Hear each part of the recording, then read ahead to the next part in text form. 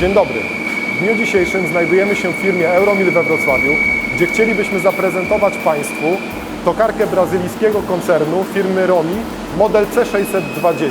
Prezentowana obrabiarka została indywidualnie dopasowana do potrzeb klienta. Silnik o mocy 25 kW, 1800 obrotów na minutę oraz 8-pozycyjny elektryczny rewolwer narzędziowy.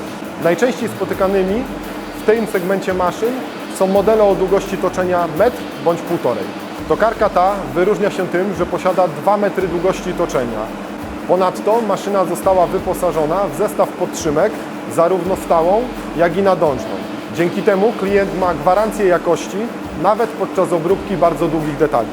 Tokarki Romi serii C wyposażone są w system sterowania numerycznego Siemens 828D, który posiada nakładkę dialogowego i szybkiego programowania ShopTerm.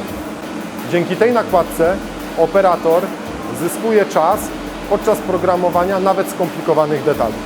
Maszyna została wyposażona również w system RMMP Romi Manual Machining Package, który umożliwia obróbkę w sposób tradycyjny, czyli konwencjonalny.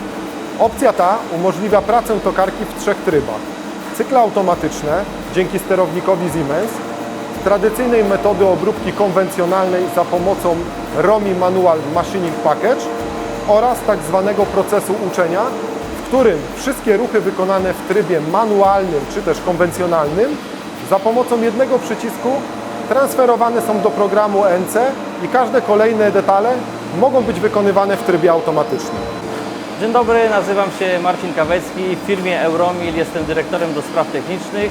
Dzisiaj chciałbym Państwu opowiedzieć kilka zdań na temat tokarki Romi. Zakupiliśmy ją około 3 lat temu. Maszyna w praktyce charakteryzuje się bardzo dużą sztywnością. Tokarkę Romi wykorzystujemy w systemie dwuzmianowym.